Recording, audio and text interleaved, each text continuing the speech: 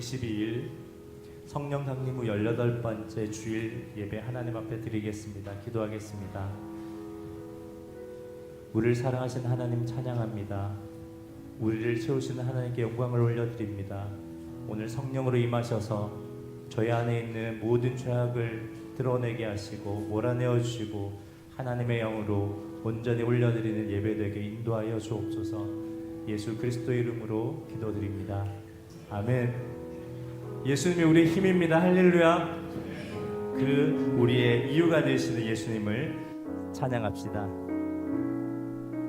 예수는 내 힘이요, 예수는 내 힘이요, 나의 기쁨, 내 참 소망, 그 이름의 생명이 내 삶의 이유. 내가 사나 죽으나, 내가 사나 죽으나 그 이름을 위하여 내 모든 것들이니 나를 받으소서. 오직 주만 따라갑니다. 오직 주만 높임 받으소서. 내 평생에 그 이름을, 그의 선하심을 세상에 노래합니다. 그 이름에 크신 능력, 영원한 생명이 내 삶의 이유. 내가 사나 죽으나, 내가 사나 죽으나 그 이름을 위하여 내 모든 것들이니 나를 받으소서. 오직 주만 따라갑니다. 오직 주만 높임 받으소서. 내 평생에 그 이름을, 그의 선하심을 세상에 노래합니다. 그 이름에 크신 능력, 영원한 생명이 내 삶의 이유. 오직 주님만 따라갑니다. 오직 주만 따라갑니다. 오직 주만 높임 받으소서. 내 평생에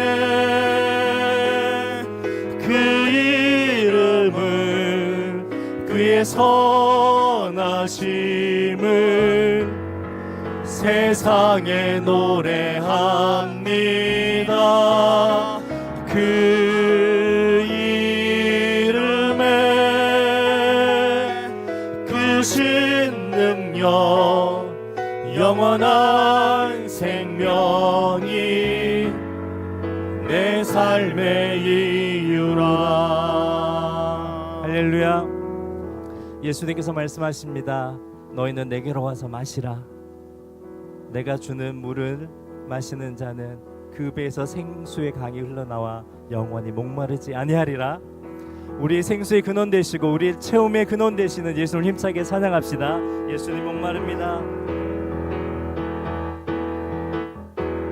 예수님 목마릅니다. 오시어 기름 부으소서. 오시어 기름 부으소서. 주님을 사모합니다. 성령이 오셔서 채워주소서. 오셔서 채워주소서.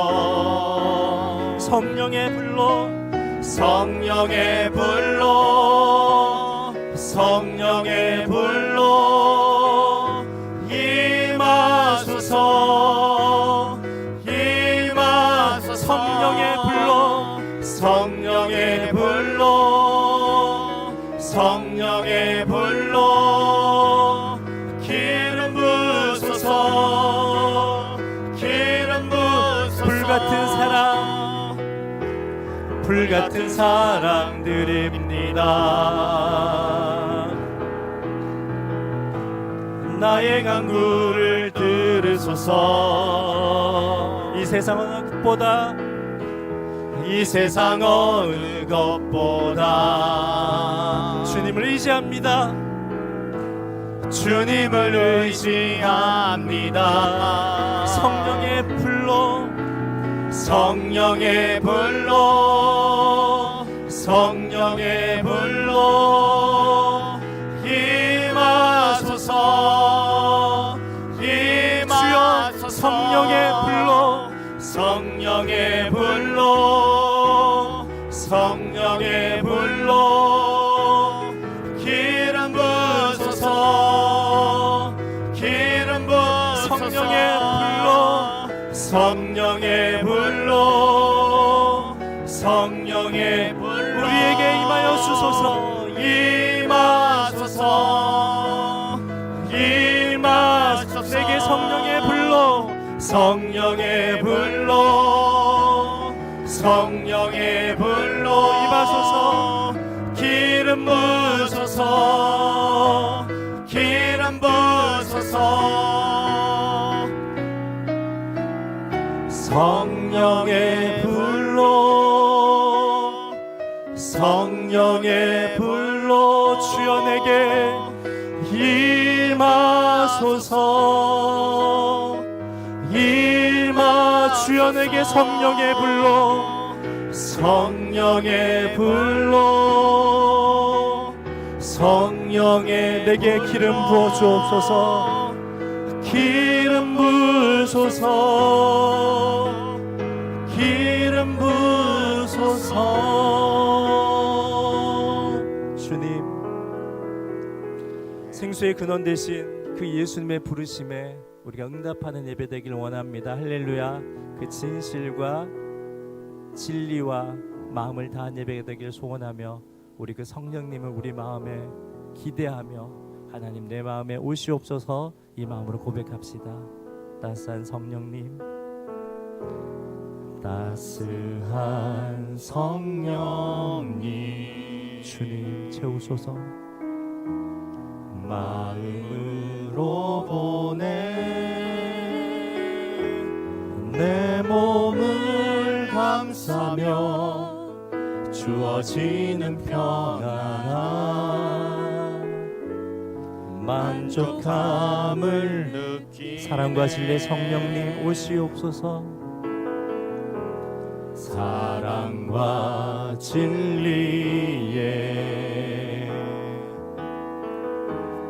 한 줄기 빛 보내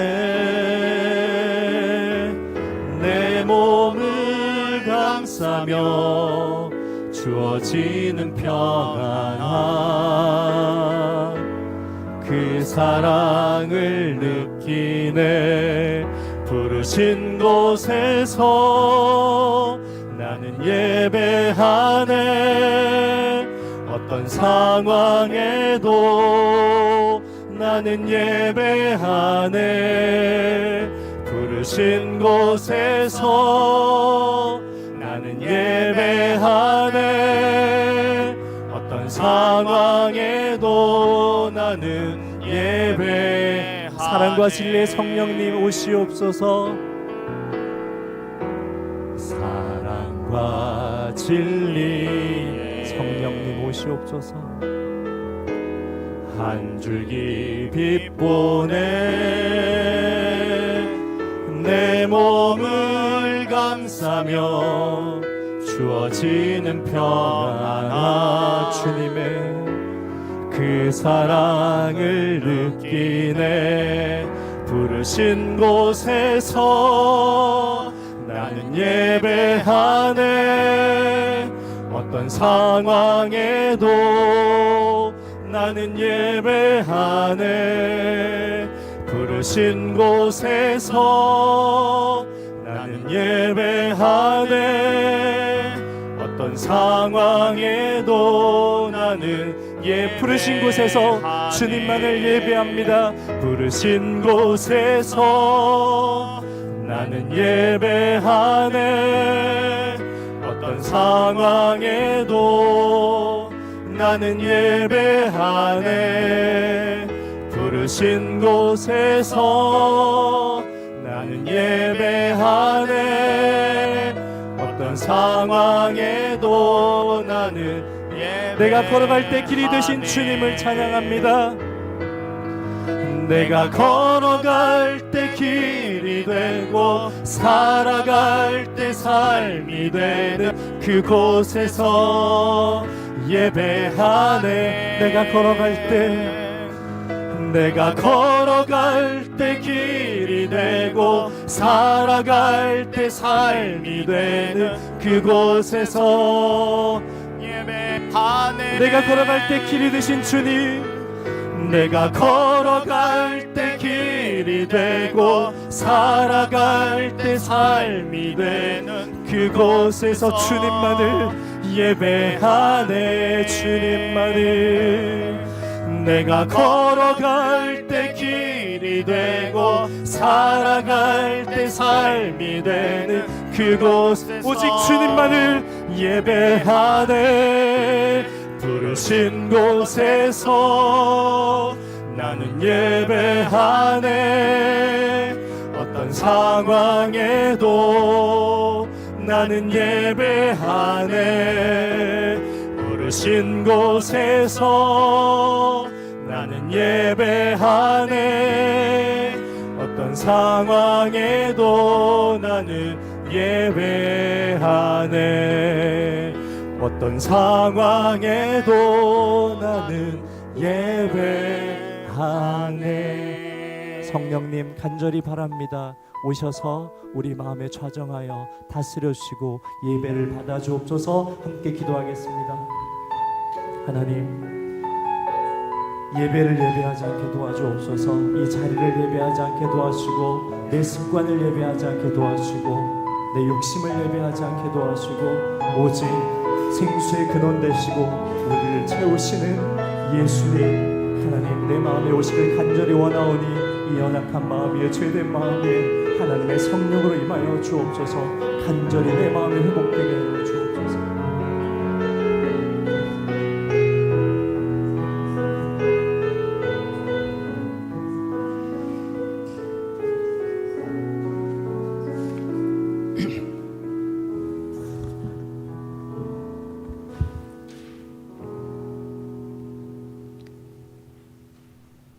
사랑의 하나님 아버지, 지난 한 주간 변함없는 사랑과 은혜로 인도하시고 오늘 복된 주일을 맞아 주님의 전에서 신령과 진정으로 예배드리게 하시니 감사드립니다.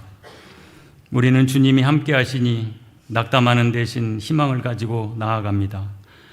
그러나 우리는 세상과 버타며 주님의 뜻과는 다르게 생각하고 행동한 일들도 많았습니다.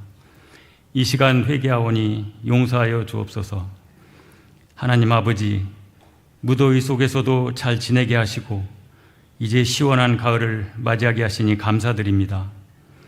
들판의 곡식이 풍성한 결실을 맺듯 우리들의 믿음 또한 결실을 맺는 계절이 되게 하옵소서.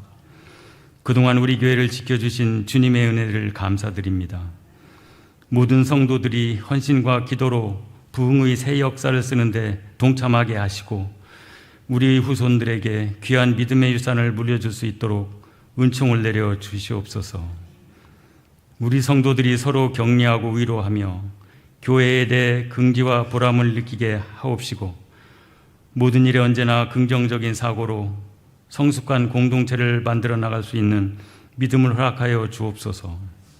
하나님 아버지, 이 나라와 민족을 보호하여 주옵소서. 어둠의 이 사회를 정화시켜 주시고 밝은 빛으로 인도하여 주옵소서. 위정자들에게 하나님의 말씀을 깨달을 수 있는 가난한 마음을 주사 주 앞에 겸손하게 하시고 애타는 심정으로 이 나라를 이끌어갈 수 있도록 도와주시옵소서. 모든 불의와 부조리를 버리고 주님의 거룩한 법을 따르게 하여 주옵소서. 육신이 연약하여 질병이나 뜻하지 않은 사고로 고통받는 환우들을 찾아가 주셔서 어루만져 치유하여 주시고, 물질적인 문제나 여러 가지 사정으로 인하여 힘들고 어려운 교우들의 문제를 해결하여 주옵소서. 슬픔을 당한 가정이 있습니다. 주님 위로해 주시옵소서. 오늘도 말씀을 선포하시는 목사님을 기억하시고 성령의 능력으로 붙들어 주셔서 힘있고 권세 있는 말씀만 증거하게 하시고 은혜의 말씀이 되게 하옵소서.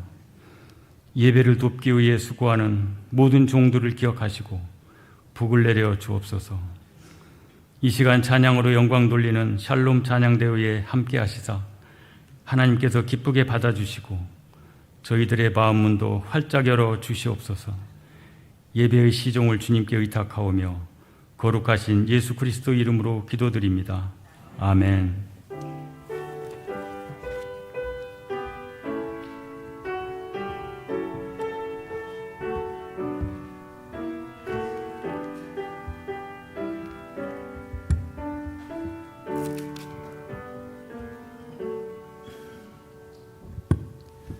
오늘 우리에게 주시는 하나님 말씀입니다. 로마서 13장 1절에서 7절입니다. 신약 성경 257쪽입니다.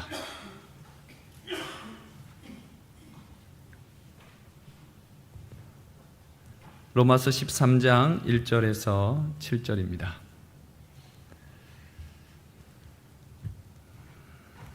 오늘 주신 하나님 말씀을 봉독하겠습니다. 각 사람은 위에 있는 권세들에게 복종하라. 권세는 하나님으로부터 나지 않음이 없나니 모든 권세는 다 하나님께서 정하신 바라. 그러므로 권세를 거스르는 자는 하나님의 명을 거스름이니 거스르는 자들은 심판을 자취하리라. 다스리는 자들은 선한 일에 대하여 두려움이 되지 않고 악한 일에 대하여 되나니 네가 권세를 두려워하지 아니하려느냐? 선을 행하라. 그리하면 그에게 칭찬을 받으리라. 그는 하나님의 사역자가 되어 내게 선을 베푸는 자니라. 그러나 네가 악을 행하거든 두려워하라. 그가 공연히 칼을 가지지 아니하였으니 곧 하나님의 사역자가 되어 악을 행하는 자에게 진노하심을 따라 보응하는 자니라. 그러므로 복종하지 아니할 수 없으니 진노 때문에 할 것이 아니라 양심을 따라 할 것이라.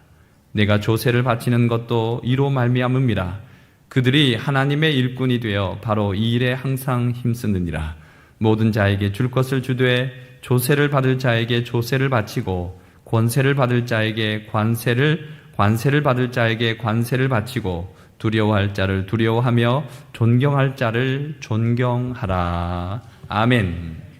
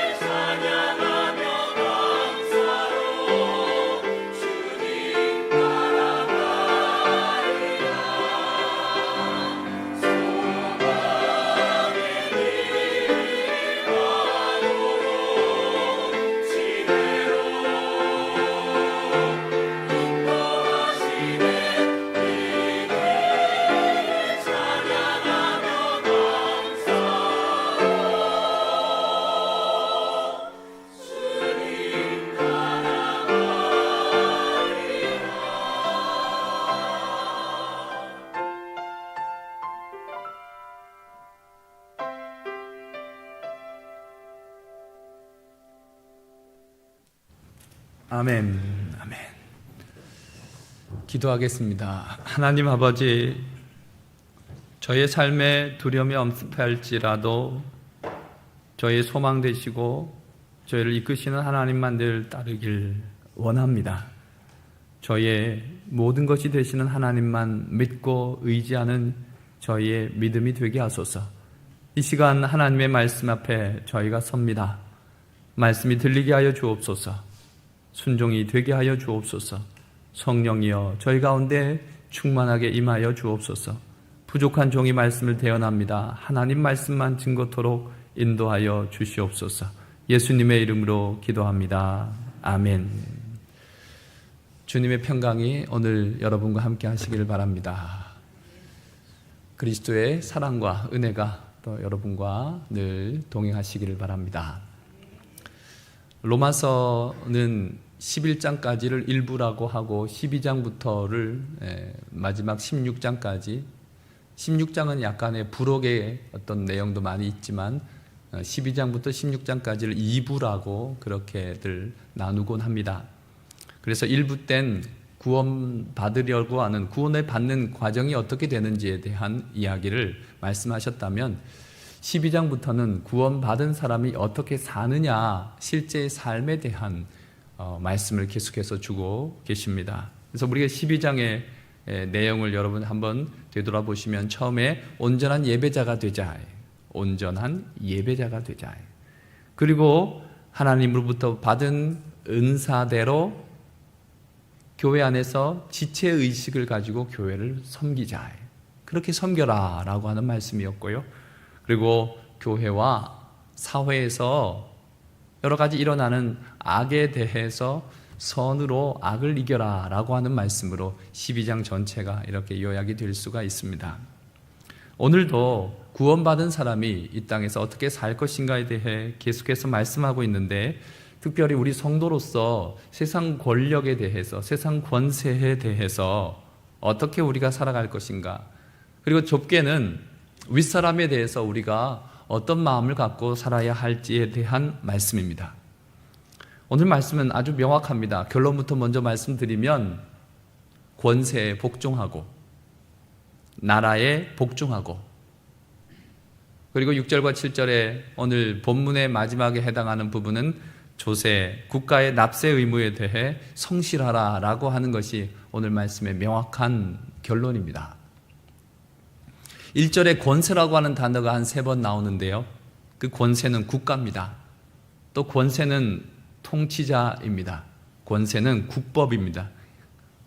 국가, 통치자, 국법에 있어서 성도들이 어떻게 해야 하냐면은 순종하라예요. 복종하라입니다. 국가, 통치자, 국법에 대해 복종하라입니다. 그런데 이 말씀은 유감스럽게도 2000년 기독교 역사상 많이 오남용되어 왔습니다. 특별히 독재자들에게 의해서 남용이 많이 되었습니다. 그러다 보니까 피지배층에 있는 사람들은 권세에 복종하라 하는 이 말씀을 오해하고는, 야, 이렇게 되는 일이었어? 이렇게 복종하면 이렇게 형편없이 되는 것이었어? 못하겠어 라고 오해 사기 딱 좋은, 그래서 별로 좋아하지 않는 말씀이 되었습니다. 사람들은 근본적으로 누구에게 복종하는 것을 꺼리지요. 누구 밑에 들어가는 것을 별로 좋아하지 않습니다. 반항하고 저항하고 싶어하고, 그렇게 앞장서 주는 자에게 환호를 보내줍니다. 나로 반항할 수 있도록, 저항할 수 있도록 하게 하는 사람에겐 박수를 보내준단 말이죠. 그런데 반항을, 억압을 깨뜨리는 해방이라고 기뻐하는 것에 대해서 성경은 원칙적으로 반대합니다. 오늘 말씀처럼 반항은 안 돼, 권세자들에게 복종해, 이러신다고요, 성경이.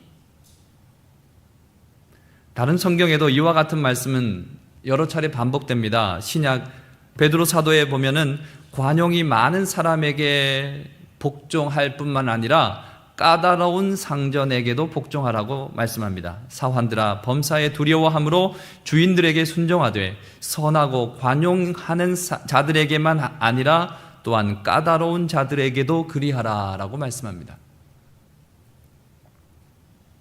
성품이나 하는 행동 거지를 보면 형편없어요. 순종하기 거북해요. 그런데 그런 사람이라도 너희의 상전이라면 순종하라 라고 말씀하고 있습니다. 교만하고 거만한 사람 앞에서도 겸손하라 하시고 복종할 만한 인격이 1도 하나도 보이지 않아도 복종해라, 이것이 하나님의 뜻입니다. 혹시 이 말씀을 들으시며 거북하신 분이 있으시겠지요? 사실 이 사회에는 겸손한 사람이 아주 드물고요. 더더구나 저절로 순종할 만한 사람은 더 드뭅니다. 권세자들, 통치자들, 그리고 위정자들 같은 경우에는 그 정도가 더 심하고요. 리스펙트 할 수가 없어요. 순종할 만한 어떤 가치도 못 느낄 수도 있습니다. 그런데 하나님은 왜 권세자들에게 복종하라고 하실까요? 오늘 1절 말씀 다시 보시면 각 사람은 위에 있는 권세들에게 복종하라. 권세는 하나님으로부터 나지 않음이 없나니, 그 권세는 하나님으로부터 났다는 말씀이에요. 모든 권세는 다 하나님께서 정하신 바라 하십니다. 권세자들의 권세는, 통치자들의 통치 권세는 하나님의 손에서 나왔다고 말씀합니다. 그래서 성도들이 세상 권세에 복종하는 것은 하나님께 복종하는 것의 연장선상입니다. 매우 독특한 말씀이지요. 성경은 나라의 왕, 지도자는 모두 하나님께서 허락하시지 않으면 그가 왕이 될 수 없고 그가 지도자가 될 수 없다, 하나님으로부터 받은 권세다라고 말씀합니다. 그래서 악한 지도자일지라도 하나님께서 세우신 것이며 그들 권세에 복종할 책임이 우리에겐 있다, 그 말씀입니다. 하나님을 우습게 알았던 애굽의 파라오 바로나 유다를 멸망시켰던 바벨론의 느부갓네살 왕이나 페르시아의 고레스 왕 같은 자들도 매우 폭군이었습니다만은 하나님께서 허락하신 권세자들이었습니다. 하나님의 뜻엔 신학적으로 두 가지 경우가 있어요. 하나는 최선의 뜻입니다. 하나님은 당신께서 기뻐하시는 그런 뜻을 적극적으로 이루시는 거예요. 기뻐하시는 뜻을 적극적으로 이루시는 그 하나님의 뜻이 하나 있고, 또 한 가지는 허락하시는 뜻이 있습니다. 이것은 기뻐하시진 않아요. 그렇지만 인간들이 자유롭게 인간의 의지대로 행하는 것을 한시적으로 허락하시는 그런 뜻입니다. 가령 인간의 타락이 그랬죠. 하나님께서 기뻐하시지 않았지만 타락해가는 인간들을 막지는 않으셨습니다. 마찬가지로 악한 사람이 지도자가 되는 걸 하나님은 막지는 않으신다는 겁니다. 인간이 타락하는 것이나 히틀러나 김일성이 지도자가 되는 것을 막으셨으면 좋았을 텐데 왜 막지 않고 일정 허락하실까요? 그것은 그렇게 하시는 것이 궁극적으로는 선을 이루고 우리의 구원을 이루고 마침낸 하나님께 영광이 돌아가기 때문입니다. 그러한 하나님의 섭리와 경륜을 통해 우리는 배우게 됩니다. 악을 통해 선을 배우게 되고 불의를 통해 의를 배우게 됩니다. 하나님께서 우리에게 악을 통해 선을 배우게 하시고 불의를 통해 의를 배우게 하신다고요. 그리고 마침내 모든 것이 믿는 자에게 유익하도록 섭리해 가십니다. 페르시아의 왕 고레스는 유다를 정복한 바벨론을 무너뜨리고는 아주 자신이 대단한 왕으로 스스로를 추켜 세웠습니다. 하나님보다 내가 훨씬 더 위대하지, 내가 더 대단하지, 내가 하나님을 부릴 수 있지 라고 정도까지 말했으니까 하나님께 얼마나 불경한 왕이었습니까? 그런데도 하나님께서는 성경에 보면 그를 나의 종이라고 얘기했습니다.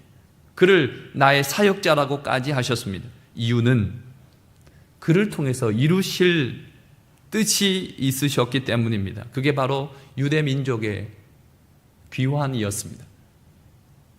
유대 민족을 이스라엘 땅으로 다시 되돌아가도록 하기 위해서 그 고레스의 폭군을 하나님께서는 내 종이다, 내 사역자다 라고 부르시고 그리 사용하셨다는 겁니다.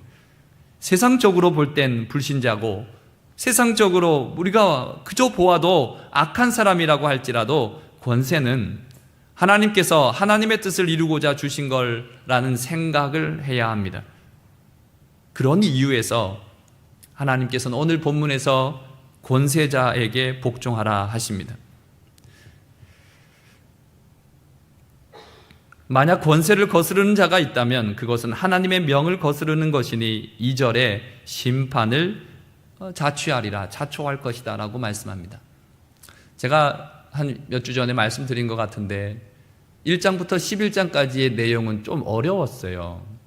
로마서가 쉽지 않은 성경인데 12장부터는 어렵진 않아요.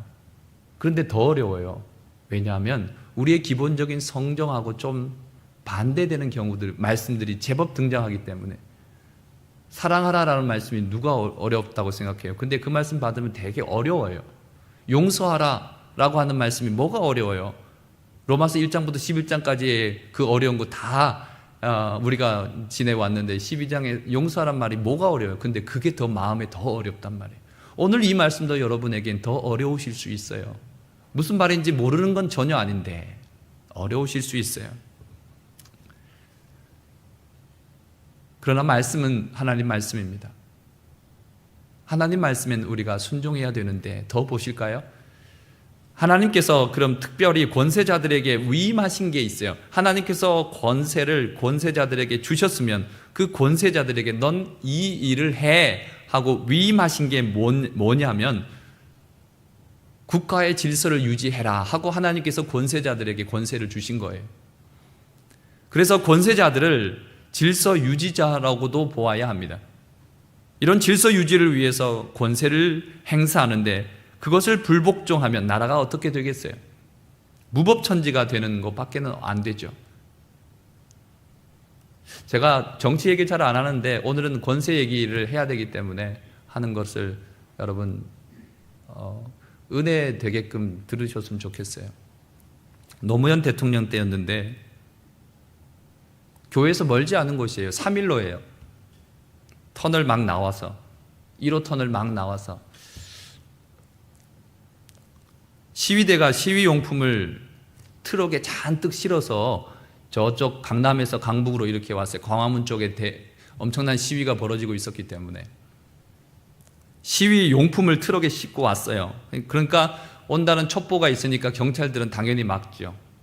터널 앞에서 터널 통과하자마자 터널 더 이상 들어오지 못하도록 막았어요. 근데 이 소식이 광화문에서 시위하고 있는 시위대들에게 들리자 시위대들이 전부 다 막 뛰어와가지고 이 3일로 쪽으로 수천 명이 뛰어왔어요. 수천 명까지는 모르겠고 수백 명이 뛰어왔어요. 그리고 와가지고는 시위 트럭을 막아선 경찰차를 이 시위대가 에워싸가지고는 경찰차 위에 올라가지고 발을 둥둥 구르고 유리창을 깰 듯이 막 발로 짓이기는 그런 일이 벌어졌어요. 결국엔 경찰이 생명의 위협을 느끼고는 경찰차를 빼줬어요. 그리고는 시위 트럭이 광화문까지 가서 그 시위 용품을 내려놓을 수 있게 했어요. 더 격렬한 시위는 벌어졌습니다. 이게 벌금 대낮에 서울 시내 한복판에서 벌어진 일이었습니다. 노무현 정권 때 경찰의 권위가 제대로 서야 이 나라의 질서가 제대로 유지되지, 경찰이 허구한 날 간혹 이런 일이 벌어진다고 하죠. 지휘부대에서 술 취한 사람에게 두들겨 맞는 것, 이렇게 되었어야 되겠습니까? 질서가 무너지면, 다시 말해 권위가 무너지면 나라가 엉망이 됩니다. 장로교의 창시자인 존 깔뱅 선생은 이런 말 했어요. 존경할 만한 것이 하나도 없는 악랄한 사람이라도 공적인 권력을 갖게 되면 하나님이 주신 정의와 심판의 사자로서 갖는 거룩한 권세가 그에게 들어간다. 그러므로 백성은 훌륭한 왕에게 바치는 것과 똑같은 존경을 그에게도 바쳐야 한다라고 얘기했습니다. 이건 깔뱅의 개인적 사견이 아닙니다. 성경적인 말이었고 하나님의 뜻을 헤아린 말이었습니다. 오늘 성경은 우리가 복종해야 할 권세자를 선한 지도자에 국한하지 않습니다. 아예 선한 지도자, 악한 지도자 구분이 없어요. 선하든 악하든 내게 유리하든 불리하든 순종하라고 말씀하고 있습니다. 빌라도에게 예수님께서 못 박히시기 직전 받은 재판에 빌라도가 예수님께 이런 얘기를 했어요. 하늘의 모든 것을 가지신 예수님께 감히, 빌라도가 어떤 말을 했냐면 내가 너를 놓아줄 권세도 있고 너를 죽일 권세도 있다. 그렇게 빌라도가 감히 예수님께 말하자 예수님은 이렇게 말씀하셨어요. 위에서 주지 아니하셨더라면 나를 해할 권한이 없었으리라. 하나님께서 너에게 총독의 권한을 주지 아니하셨더라면 너는 나를 해할 권한이 없었을 것이다. 불법 재판을 하는 빌라도였지만 그의 권력은 하나님의 손에서 나왔다는 사실을 주님께서는 지금 인정하고 말씀하고 계시는 거예요. 그리고는 그가 불법 재판을 했지만 이렇게 딱 하실 말씀만 하시고는 그대로 다 받으셨어요. 교통경찰관에게 걸렸다고 생각해 보세요. 걸린 적 있지요. 운전하다 보면 어떻게든 걸리거든요. 한 번도 안 걸리신 분은 오늘 감사원금 많이 하고 가시고요. 걸릴 수가 있단 말이에요. 저도 몇 번 걸렸는데 그 교통체계가 너무 불합리해. 이건 처음 가는 초행자에게는 이 길에 설 수밖에 없는데 여기는 뭐 그 길 내가 좌회전 하려고 하는데 좌회전하면 불법인 거예요. 딱 하다 보면 저기 앞에 딱 기다려서 삑삑 옆으로 대라고. 이럴 때 여러분 어떡합니까? 억울하지만 그냥 면허증 주세요. 따지고 내려가지고 따지고 멱살 잡고 그러지 말고 그거 다 아들뻘 되는 교통경찰들한테 그렇게 하면 안 됩니다. 경찰의 권세, 그 권위를 인정하고 협조하는 것이 바로 성도의 의무라는 거예요. 또한 이것을 억지로 하지 말고 오늘 5절에 양심껏 하라고 말씀합니다. 순종하십시오. 양심껏. 그것이 하나님께서 권세자들에게 해야 할 우리의 의무라고 말씀하고 있습니다. 조금 더 나가 보겠습니다. 성도가, 저는 오늘 말씀이 기도를 많이 하고 드리는 말씀이에요. 끝나고 후폭풍이 있을지도 몰라. 성도가 순종해야 할 대상이 꼭 권세자들, 대통령, 위정자들에게만 한정된 거 아니고요. 하나님께서 권세를 주시고 권위를 부여하신 대표적인 세 가지 기관이 있는데 가정, 교회, 국가예요. 여러분, 가정의 통치자는 누구예요? 가정에서 권세, 권위를 가진 위치에 있는 이가 누구예요? 가정에서 분명히 여러분 아셔야 돼요. 가정의 권세자는 아버지예요.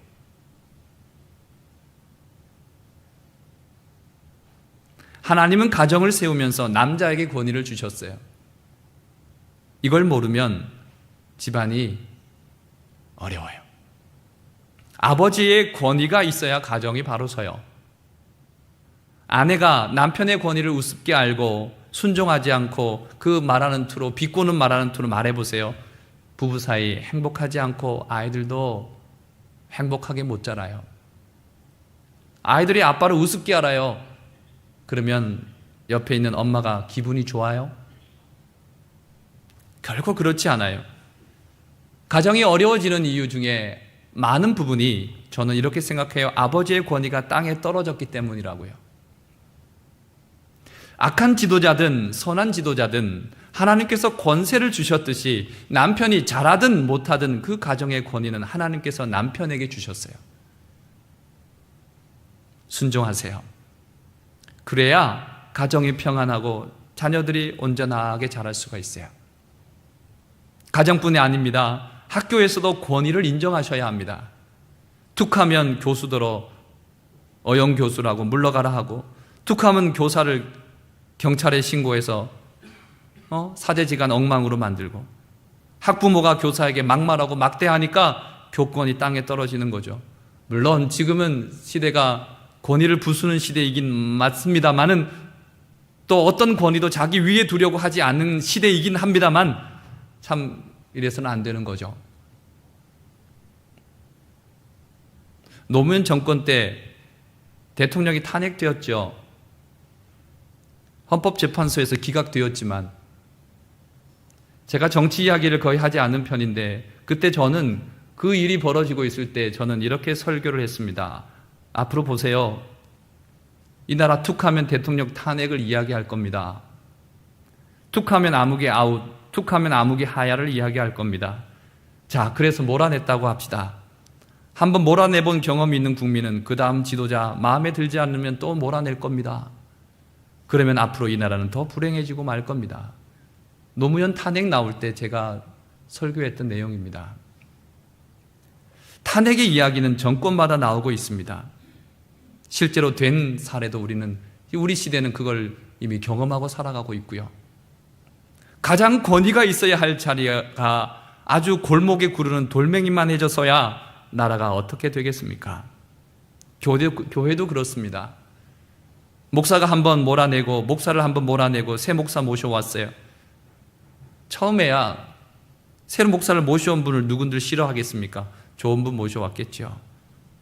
그러나 조금 시간 지나면 부족한 면도 사람이니까 보이고 안 맞는 면도 자꾸 생기기 시작하고 그러면 또 마음에 들지 않는다고 또 몰아내고 한번 몰아내면 또 몰아내려는 아주 습관이 되어요.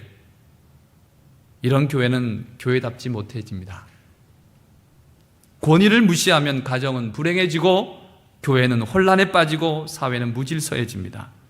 여러분, 여러분의 직장에서 가정에서 권위를 세워주십시오.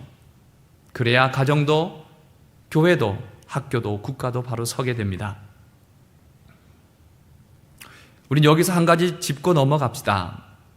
칼을 잡고 법을 집행하는 정부가 선은 고사하고 악만 집행하는 집단이라면 어떻게 해야 할까요? 이런 상황들은 얼마든지 있었어요. 사드락과 메삭과 아벳느고 우상 앞에 절하라는 왕의 명령을 받았어요. 우상 앞에 절하지 않으면 풀무불에 던져버릴 거다는 위협을 받았어요. 다니엘 우상에 절하라, 우상을 섬기라는 명을 왕으로부터 받았어요. 그렇지 않으면 사자굴에 던져질 거다 위협받았어요. 그들이 어떻게 했습니까? 성경은 분명히 권세에게 복종하라 하시지만 신앙의 선배 중에 왕의 권세에 불복종한 일도 있었다고요. 그 원리가 있습니다. 불복종하는 데는 세 가지 전제가 있어요. 하나는 하나님께만 충성입니다. 이 전제가 되어야 합니다. 눈에 보이는 지도자에게 복종하면 분명히 하나님께 불충될 것 같으면 불복종해야 합니다. 사도행전 4장에 베드로와 요한이 권세자들로부터 다시는 전도하지 말란 위협을 받았어요. 그때 베드로와 요한은 그 관원들에게 뭐라고 했습니까?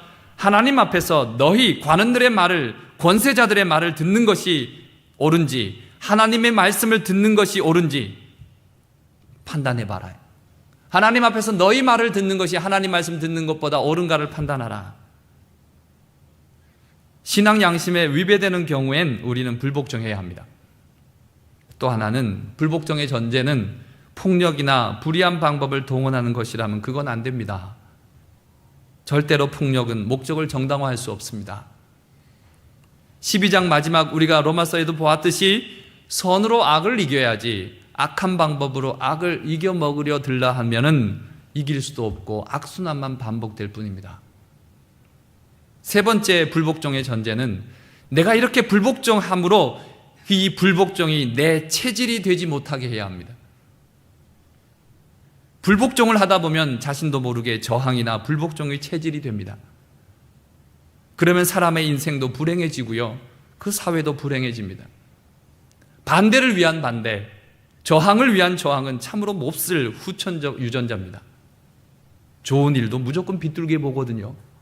뭐든지 부정적입니다. 역사에 대해서도 부정적이고 나라에 대해서도 부정적이고 선생에 대해서도 부정적이고 부모에 대해서도 부정적이고 교회 목사나 리더십에 대해서도 부정적입니다.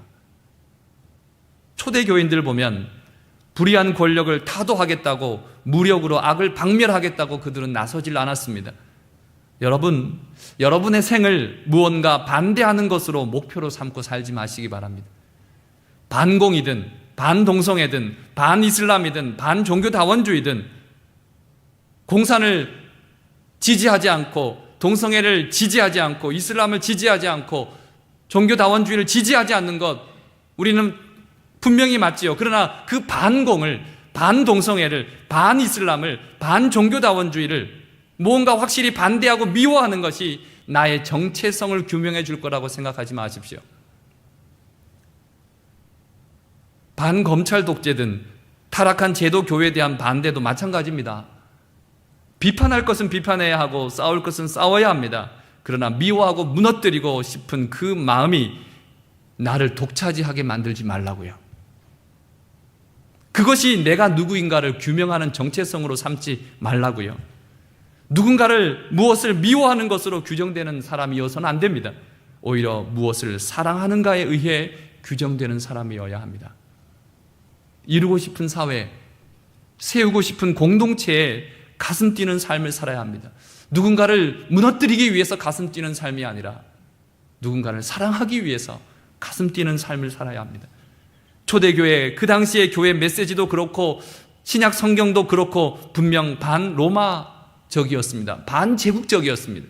성경 메시지는 분명했습니다. 제국을 찬성하지 않았고 황제를 허락하지 않았습니다.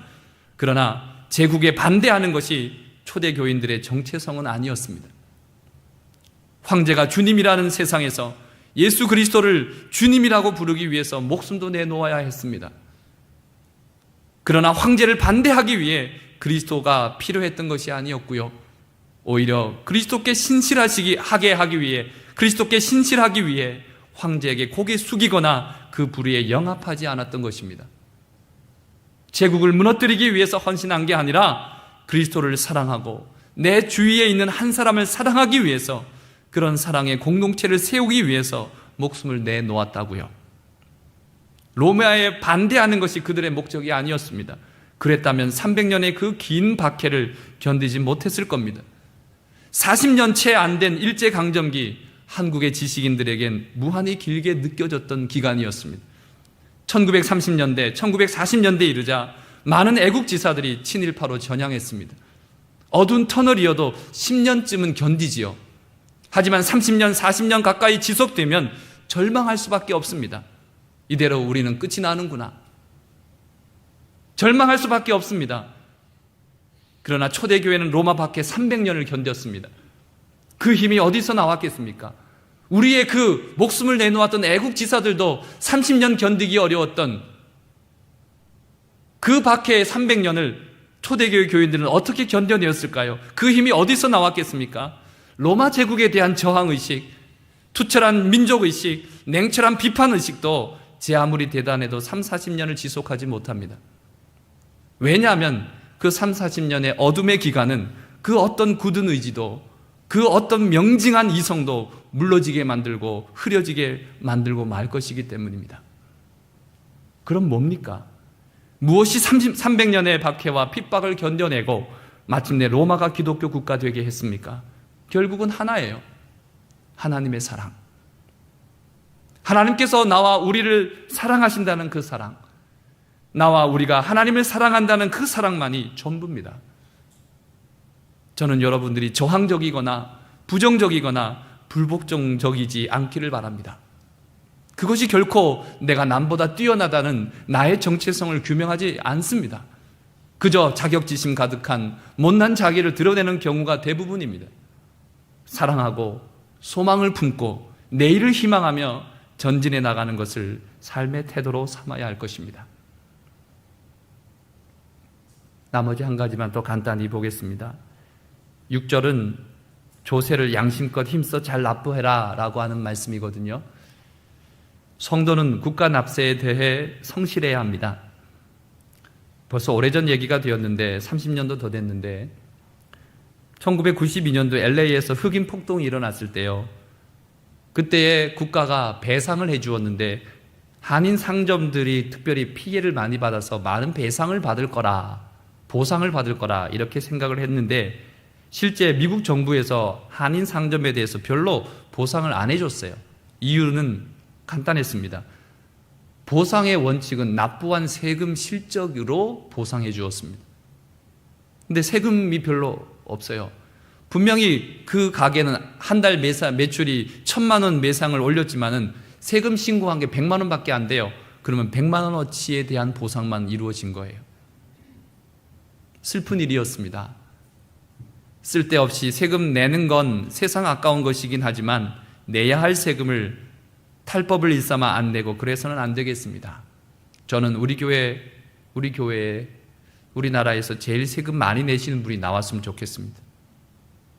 아멘 안 하시지 말고 아멘 하시기 바랍니다.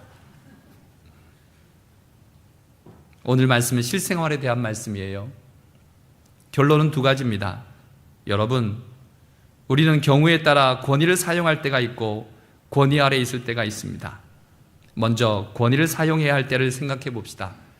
어떤 조직이나 직장에서 높은 분, 사장, 부장, 이사, 가정에서 아버지, 어머니, 교회에서 목사님, 장로님, 리더들, 여러분 그 권위는 하나님께서 주셨습니다. 그러니 받으신 권위를 잘 사용하십시오. 술 마시고 늦게 들어올 권세나 부리라고 하나님께서 아버지로 세우신 게 아닙니다. 권위는 주님께서 기가 막히게 사용하셨습니다. 주님은 발을 씻음으로 그 권위를 사용하셨습니다. 권위자, 권세자일수록 아랫사람을 더 섬기십시오. 발 씻기는 마음으로 그 권위를 사용하십시오.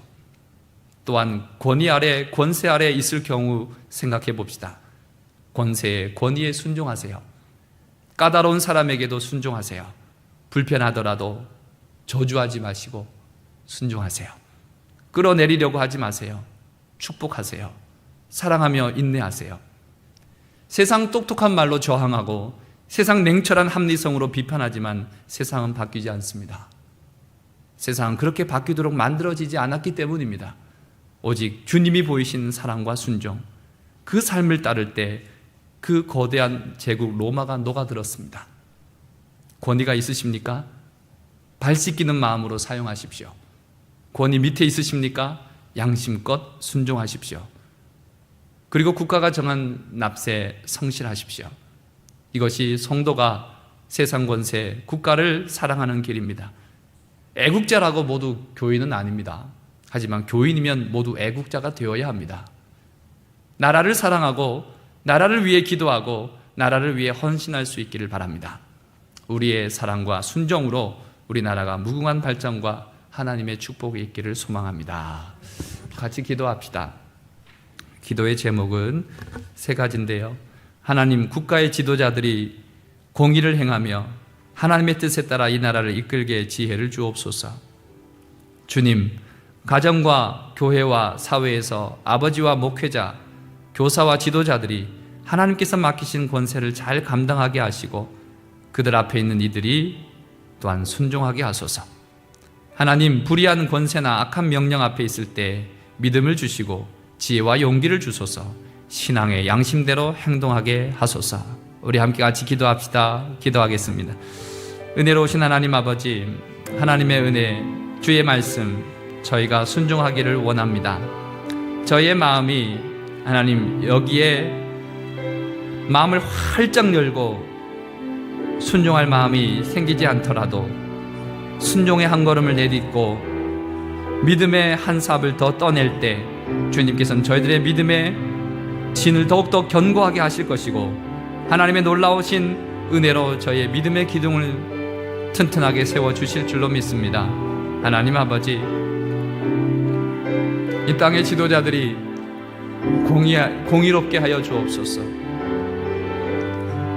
하나님 아버지, 공평하게 하여 주옵소서. 하나님 아버지, 저희에게 권세를 주셨사오니 가정에서, 일터에서 아랫사람에게 참다운 권위의 예수님의 권위의 모습을 행할 수 있게 하여 주시고 권위 권세 아래 있는 저희들 하나님 양심껏 순종케, 신앙의 양심에 위배되지 않으면 순종케 은혜를 더하여 주시옵소서. 주여, 교회 안에, 사회 안에, 가정 안에, 이 민족 안에, 국가 안에 주의 긍휼을 베풀어 주시옵소서. 아멘. 하나님 아버지, 우리 믿는 성도들이 이 나라를 사랑하게 하여 주시고 사랑의 방법과 사랑의 행동들은 다양하고 각양각색이겠지만 주여, 말씀하신 주님의 말씀을 따라 모든 권세는 위로부터 부어진 것임을 알고 하나님 아버지 기도하고 저들이 바르게 행사할 수 있도록 기도하고 또한 저희가 신앙의 양심껏 순종하며 또한 하나님께서 원하시는 온전한 권위자가 될 수 있도록 저희를 또한 이 땅을 주님께서 이끌어 주시옵소서. 자비로우신 하나님, 저희가 권위 아래에 있기도 하고 권세를 부리는 위치에 모두 다 저에겐 있나이다. 하나님 아버지, 예수님 닮아가게 하여 주옵시고 말씀에 순종해 나가게 은혜를 베풀어 주옵소서. 예수님의 이름으로 기도합니다. 아멘.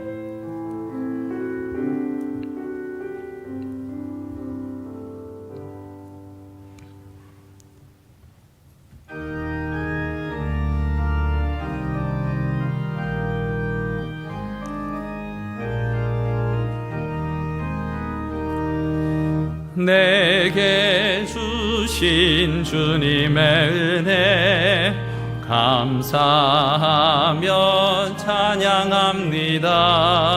증량할 수 없는 그 은혜 내 마음 드립니다. 마음과 뜻과 정성 다해 주님께 드립니다.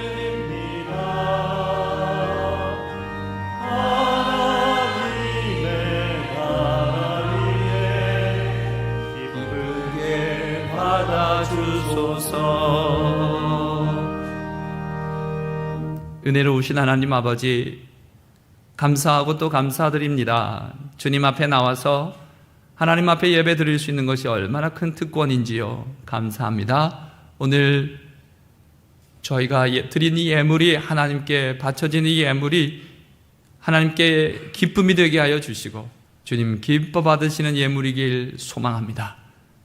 주의 창고에 들여놓아 주시고 하나님 나라 확장에 복되게 사용하여 주옵소서. 간절히 구하옵기는 저희 중 연약한 지체들이 있습니다.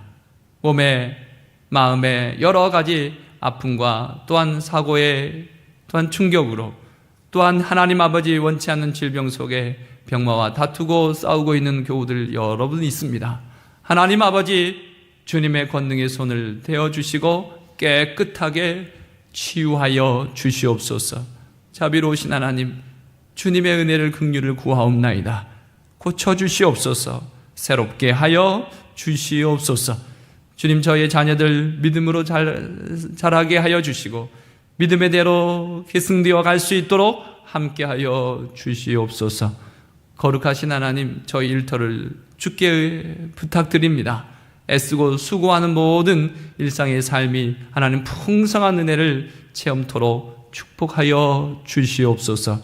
예배를 섬기는 여러 종들을 하나님께서 함께하여 주시고 우리 교우들 지방에, 군문에, 해외에 어디에 있든지 늘 눈동자처럼 보호하여 주시옵소서. 할렐루야. 모든 영광을 주님께 돌리며 예수님의 이름으로 기도하옵나이다. 아멘.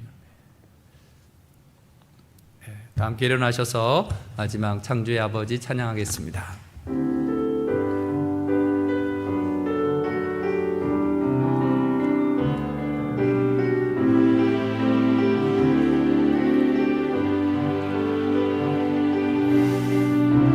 창조의 아버지,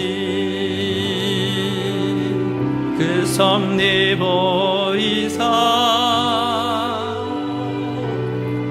택하신 세대 일으키어 이 땅을 고치소서. 주의 크신 능력 만물이 사모하니 성령의 기름 부어주사 이 시간 임하소서. 주 영광 여기 임하사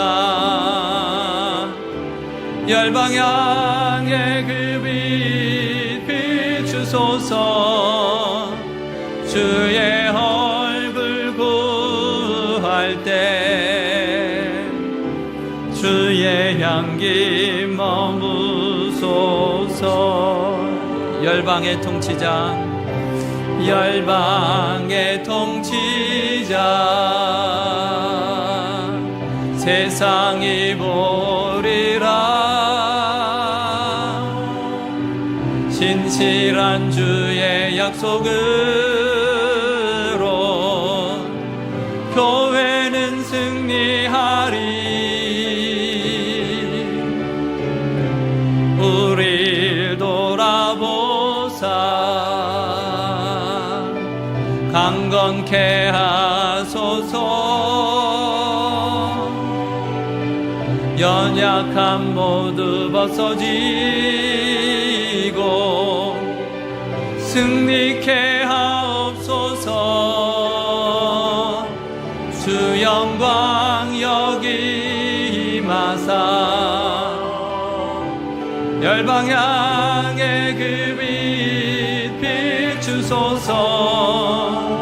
주의 얼굴 구할 때 주의 향기 머무소. 주 영광 여기 임하사 주 영광 여기 임하사 열방 향해 그 빛 비추소서.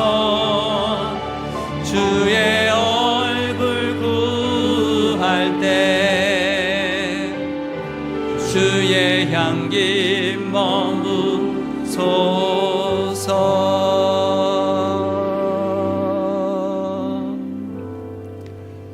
우리 구주 예수 그리스도의 은혜와 하나님 아버지 사랑하심과 성령님의 교통하심이 복된 예배 나서는 모든 성도들을 위해 가정, 자녀, 일터 속에 아름답고 복된 충무교회 공동체에 의해 파송한 선교지와 이 나라 이 민족 저 북녘 동포들에게까지 이제로 영원토록 함께 계시옵기를 간절히 축원하옵나이다. 아멘.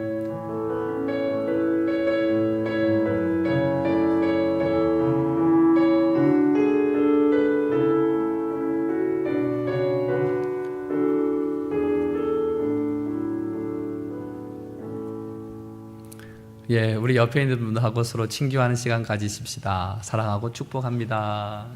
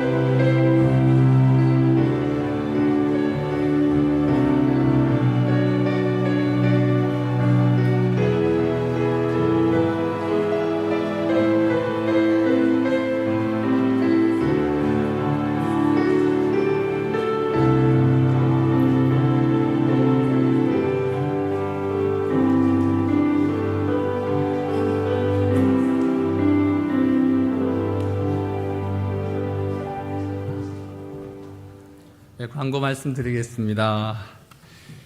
우리 기쁨의 예배 3대 요소는 아멘, 미소, 앞자리입니다. 아멘. 우리 미소 잃지 말고요. 앞자리부터 앉으시면 고맙겠습니다. 우리 9월의 성구 말씀 같이 합독할까요? 시작. 이것을 너희에게 이르는 것은 너희로 내 안에서 평안을 누리게 하려 함이라. 세상에서는 너희가 환난을 당하라. 담대하라. 내가 세상을 이기었노라. 아멘. 우리 10월 20일 전원 출석 주일인데 전원 출석 주일은 어떤 전원으로 나가서 예배 드리는 게 아니고 우리 모두가 함께 한 자리에 모여서 예배 드리자는 것인데요. 여러분 주변에 잘 나오다가 잘 안 나오시는 분이나 또 전도도 하시면서 우리 이 자리에 함께 10월 20일에는 힘써 모여보자. 그동안 여러 사정으로 못 나오신 분들 격려하고 해서 힘써 모여보자 한 날로 기도하면서 우리가 준비를 했으면 합니다. 이 기도 많이 해주시고 또 전화도 연락도 많이 하시고요. 저희가 영상안을 만들었는데 잠시 보시죠.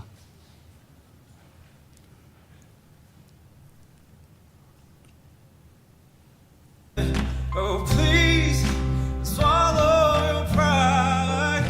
If I have things that you need to buy. 네, 연락하면 열립니다. 우리 전도하면서 또 오랜만에들 우리 전화도 하면서 또 만나기도 하시면서 우리가 전도하고 이 자리를 또 채웠으면 합니다. 광고 계속 드리겠습니다. 금요일 날 금요 성령 예배가 있습니다. 함께 해주십시오. 부흥회 위해서 저희가 다음 주 그리고 그 다음 주 2주간 부흥회를 하거든요. 오후 찬양 예배 때. 그래서 전도에 대해서 우리가 부흥회 특별히 하는데 여러분 많이 참여해 주시기를 바라고 특별히 저희가 기도회도 갖고자 합니다. 토요일 날 6시 20분 9월 28일 이번 주 토요일입니다. 그리고 또 그 다음 토요일 10월 5일 토요일에 저희가 6시 20분에 새벽에 모여서 전도를 위하여 기도하고 또 부흥회를 위해서도 기도하면서 저희가 기도의 불을 지피려고 하니까 여러분 새벽이지만 함께 이 시간 많이 모여서 예배를 드렸으면 기도회를 가졌으면 좋겠습니다.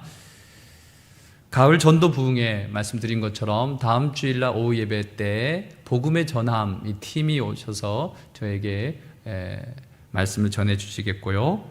또 그 다음 10월 6일 오후 2시에 익산의 영락교회에 섬기시는 배만수 목사님 오셔서 가을 전도 부흥회를 인도해 주실 겁니다. 여러분 이번 주, 다음 주, 그 다음 주 오후 예배 땐 많이 참석해 주시고 일부 예배에 참석하신 분들은 오후 예배 참석하기가 쉽지는 않지만 잠시 다녀오시고 또 2시에 오시든지 그날은 조금 교회에 오래 머무시면서 예배도 부흥에도 참여해 주셨으면 좋겠습니다. 다음 주일 2부 예배 후엔 안수기도 시간이 있습니다. 세례 입교식이 다음 주일날에 있습니다. 피택자 교육 오늘 오후 찬양 예배 후에 있겠습니다. 고3 및 수험생 위해서 기도 부탁합니다. 식당과 안내 봉사하시는 분들께 감사드리고요. 내년도 봉사자 신청을 저희가 10월 6일까지 신청서는 사무실에 비치가 로비에도 비치가 되어 있으니까 보시고 신청해 주시면 고맙겠습니다. 다음 주일엔 9월 사랑의 라면데이입니다. 함께 해 주십시오. 이번에 교단 총회가 창원의 양곡교회에서 금주에 화수목 3일 열리는데 제가 잠시만 말씀드리겠습니다.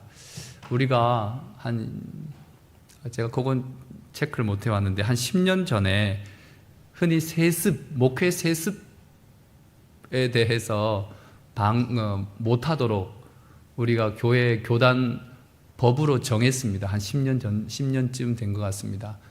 정확한 명칭은 목회 대물림인데 목회를 대물림하지 않도록 세습을 하지 않도록 저희가 교단에서 법을 정했는데 이번에 그거를 삭제하려고 하는 안이 올라옵니다. 그런데 분위기는 삭제하자, 세습하는 거 그냥 할 수 있다면 허락하자라고 하는 그러한 쪽으로 교단이 많이 지금 흘러가고 있는 거 아닌가 하는 생각이 들어서요. 저는 여러분께 기도를 좀 부탁드리려고요. 그것이 꼭 저지될 수 있도록 목회 세습은 안 되는 일입니다. 그렇죠? 목회 세습은 제 아들이 여러분 목회한다고 생각해 보세요. 저부터 반대할 거거든요. 그러니까 그건 안 될 일인데 또 그거를 세웠던 목회 세습 금지를 그냥 없애는 쪽으로 해도 되는 쪽으로 무조건 하자는 얘기는 아니지만 해도 되는 쪽으로 개정을 하려고 하는 안이 올라옵니다. 그래서 저희 서울노회는 제일 앞장서서 반대하고 있고요. 그래서 이 일이 하나님의 뜻 안에서 잘 이루어질 수 있도록 제가 총회하는 기간 동안 여러분 기도를 많이 해주시면 고맙겠습니다. 별세 광고입니다. 김금순 권사님, 김금순 권사님의 연세가 99세예요. 이제 하늘나라 가셨고요. 지금 장례 중입니다. 오늘 오후 예배 마치고도 위로 예배 드리겠고 내일 5시에 동신병원 장례식장에서 발인 예배인데 교회선 30분 전에 출발하고 우리 교회 동산 제뿌림터에 마지막 예배를 드리도록 그렇게 하겠습니다. 함께 해주시기를 바랍니다. 성경 일독 2차 비전 천대행진 여러분 계속해서 말씀 읽어가시기를 고맙겠습니다. 이상 광고 마치겠습니다. 감사합니다.